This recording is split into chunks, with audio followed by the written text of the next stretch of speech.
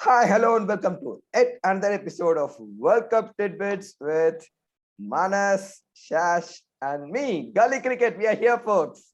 How are you doing, boys? Good, Good. good. What, you guys have forgotten how to sleep, is it? Yeah, Ah. All right, you know what? We're all very busy in the morning, so we're just doing the show in the night for you guys. Okay. All right. We had two wonderful matches today. Okay. Let's talk about the first match, Manas. Okay. It's South Africa versus West Indies. What's wrong with the defending champions? I just think nothing is clicking right for them. Mhm. Right from the warm-up matches, they're just losing all the games, and I think that their inability to play spin, or like rather right arm off break, I think it's been exploited by all the teams. Afghanistan bowled Nabi, Mm. uh, and next game Moeen Ali, and today Markram. So in the first over itself, he started bowling brilliantly, and they could never start going West Indies. So there itself, the struggle began. Lost a bit of wickets, except for Lewis. I think nobody played, and Lendl Simmons as well wasted quite a lot of Mm. balls, and that kind of built up the pressure. And Pollard had to struggle in the end, couldn't score again, and nothing sort of went West Indies way today. Mm. And I think the rest of the tournament also will be like that for them, because people know their weaknesses now. And same with the bowling as well. Their bowlers are like relatively new, not many known names or something. So they're struggling a bit, not taking wickets, not economical as well. And just with three batsmen, South Africa could finish up the game. Yeah, I mean, Shash, that's the crazy part, isn't it? Because we always associated West Indies with flair, right?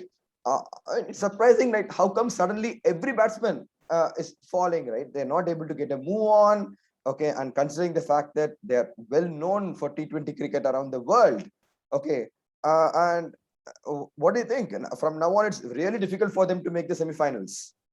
Yeah, I mean, it was totally unexpected, considering that they've been so good in this format. If there is any format that they pride themselves on, it is T20.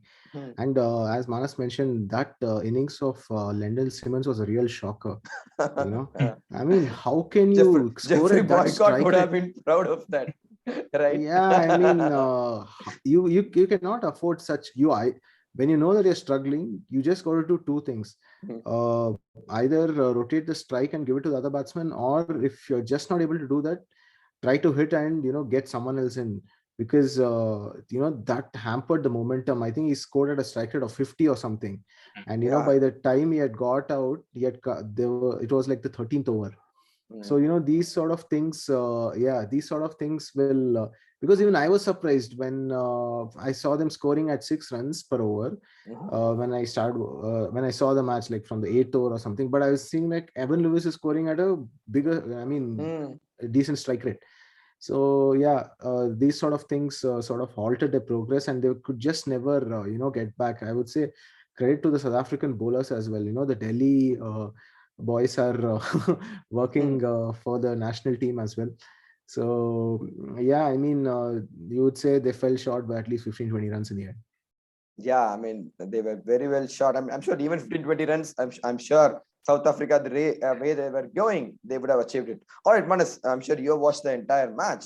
Talk about this spell, okay? And Andik Nokia, okay, 1 for 14. That's what I see on the scorecard, and he's the man of the match. So, what was the performance like? Was it such match turning performance or something?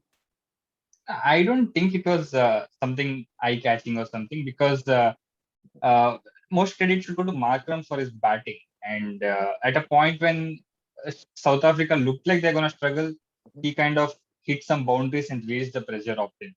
So Nokia, yeah, he did take an important wicket of Russell, but I think Markram he deserved the man of the match more than.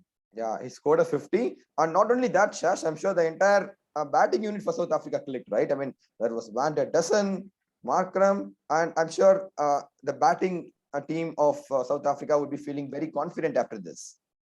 Yeah, especially considering how they struggled in the last game. They kept losing wickets at intervals.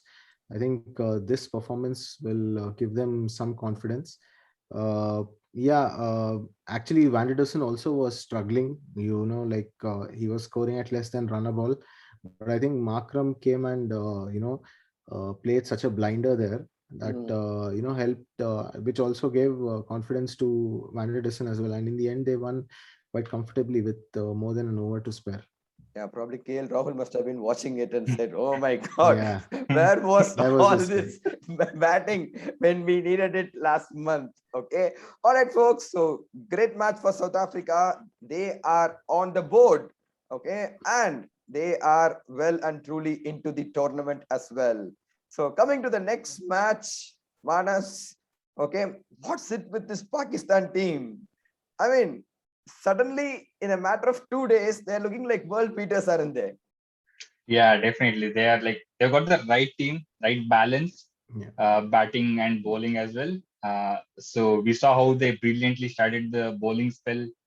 Shaheen especially, right from the first ball, he was swinging it, and not like he was swinging every ball. He was like watching what to do and uh, choosing when to swing it and when to not. And then Harris Rauf as well was brilliant with the ball. Started with a Yorker and broke the partnership between the New Zealand batsmen. Uh, that's not it.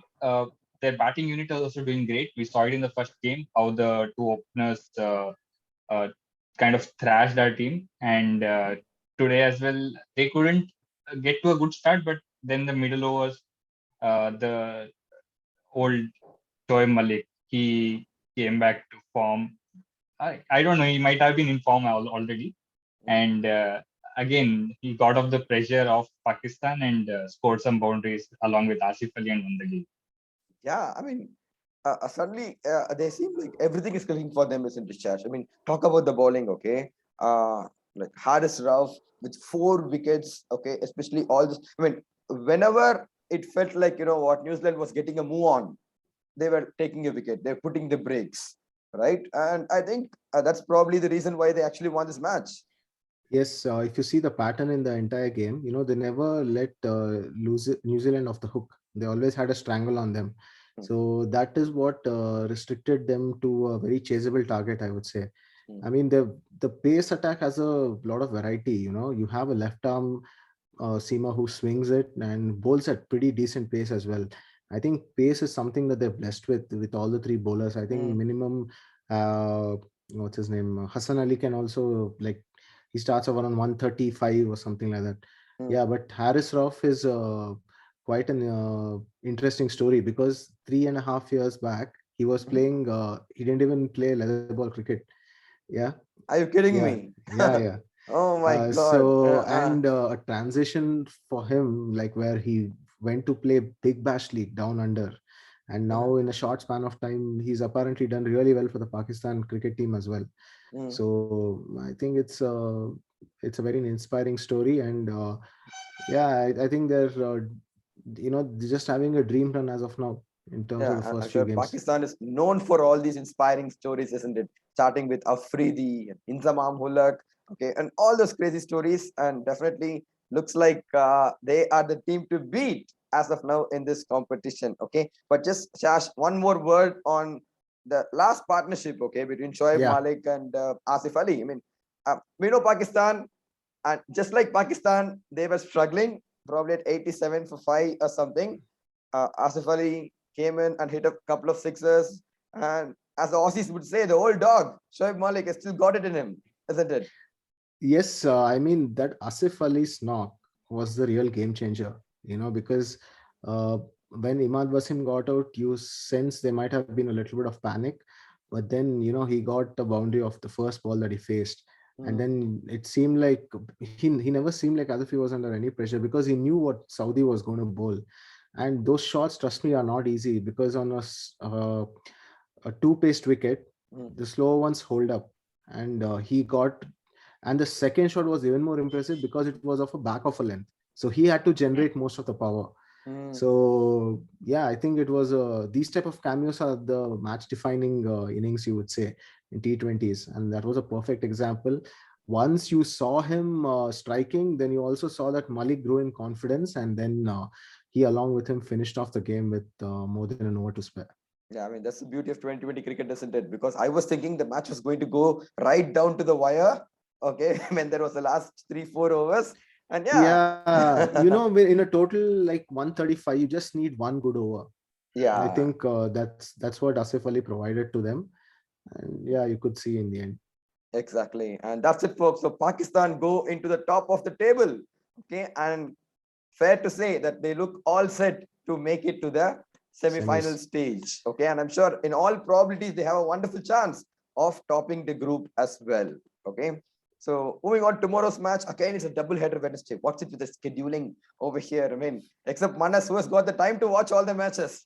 All right, all right. So here we go, Manas. The day game of tomorrow is between England and Bangladesh. Okay, I mean, we've had history in 50 over cricket, at least, that Bangladesh has surprised England a lot. Okay, so expecting something like that tomorrow. Yeah, probably you can never say anything about the England team. They do have match winners. Sorry, Bangladesh team. Mm. Mean England. But you never know. Anything can happen. They have been quite poor in T20 format. Bangladesh. They have not played much. And even when they have won, Except when they're playing in Bangladesh. yeah, when they have won only at home. A lot of games. So I don't think they'll be giving that kind of a performance in Dubai or Sharjah, wherever they're playing. I think Abu Dhabi. Mm. And yeah, they do have good spinners as well. So it's going to be an exciting game for sure. But I think England has an edge over Bangladesh tomorrow. Yeah, so where's your money, Shash? England? Yeah, I mean, just considering the recent form where England got off to a pretty good win and Bangladesh sort of spilled a chance, you would say, after having Sri Lanka 80 odd for 4 in that chase. I mean, I honestly thought that it's going to be very difficult for Sri Lanka. Mhm. But then, yeah, it so happened that the two batsmen staged a partnership and they managed to win. So, yeah, I mean, will Bangladesh make any changes is another thing that you got to see for tomorrow's game. Mhm. Maybe looking at the team or the conditions. And yeah, I would say England should be the favorites, but you cannot discount Bangladesh out. Yeah, I'm sure Bangladesh has a history of actually toppling Mm. some top teams, okay, especially in ICC tournaments. So that's going to be an interesting match. And the evening match, okay, it's between Scotland and Namibia, okay. And I'm sure, like, I haven't been following that much of these two teams, but Manas, you've been watching all the warm-ups and the first group stage. So what do you predict? I would say Namibia has an edge only because of David Wiese, because he's like one of the most experienced player among these two squads. And he has, since he was not a part of Namibia earlier, he has also played against top cricketing teams, and he was a part of RCB as well. So he has got to play with other South players. African. Yeah. Oh, he's So- played for South South Africa. Africa, is it? Yeah. Oh, okay. So Yeah. that's one exciting part of tomorrow's game. But again, Scotland also has got power hitters. They just swing the ball and it goes for 6 sometimes. Mm. So you never know what's going to happen. Both are associate nations. Both have no experience. So it will be a treat to watch it probably. Yeah, isn't it, Shash? I mean, Scotland has better experience when compared to Namibia, especially they've been in the mix, right? They've been in the fold for a long time, Yeah. but they faced a huge defeat in the first match against Afghanistan. So they would want to shake it off, okay? And they would think this is the best chance to get some points on the board against Namibia. Yeah, I mean, as you mentioned, the longevity that Scotland has, you've seen them and they've sort of participated. The last time I can remember Namibia playing was probably the 2003 World Cup, is what I can recollect. I might be wrong, but yeah, but Namibia has punched above their weight, you can say, defeating, like fancied nations and then coming in and Netherlands playing. Yeah, and teams. exactly. Yeah. So, who are known for, was Ireland in the same group as theirs, or was it in the other group? No, Ireland was another No. group. Yeah. Ireland. Yeah, so Namibia is definitely a surprise entry, but then when it is like two associate nations playing, it is going to make for an interesting watch, is what I would say. Yes, so two super matches tomorrow. It's England versus Bangladesh and it's Scotland versus Namibia. So watch the cricket, guys. Enjoy and do not remember our contest are here as well. And so today we have winners for both the matches. In the Yeah. first match, the winner was Andrik Nokia. Okay, and only one prediction. Okay, I'm sure I don't know like how she actually got the prediction right. Okay, seeing that it Maybe was she sees the future. I don't know. yeah, probably Or- she's in the future, or probably she called up Danny Morrison or something. Okay, in the expert commentary team, and the winner is Revati Revu. Oh, All congratulations right, so for congratulations, Revati Revu. And for second match, the man of the match was Haris Rauf, and we got tons and tons of right entries. So let's see who the winners are. Just watch it fill down. Yes. That will be mine. Uh-huh. All right, guys. Let's see who the winner is for this one. All right, we got you're not able to see. not able to see, right? It's 1 B second. Madhushri. Madhushri. Yeah, Madhu. Oh, it okay. is B Madhushri. All Okay. right. Congrats. Congratulations, congratulations, B Madhushri. So you are the winner. Okay, for today. All right. So remember, guys, this is going to be the link to predict the man of the match for both the matches tomorrow. And you will have to predict before the start of the second innings of each match. Enjoy the cricket, and we will see you tomorrow. Cheers, guys.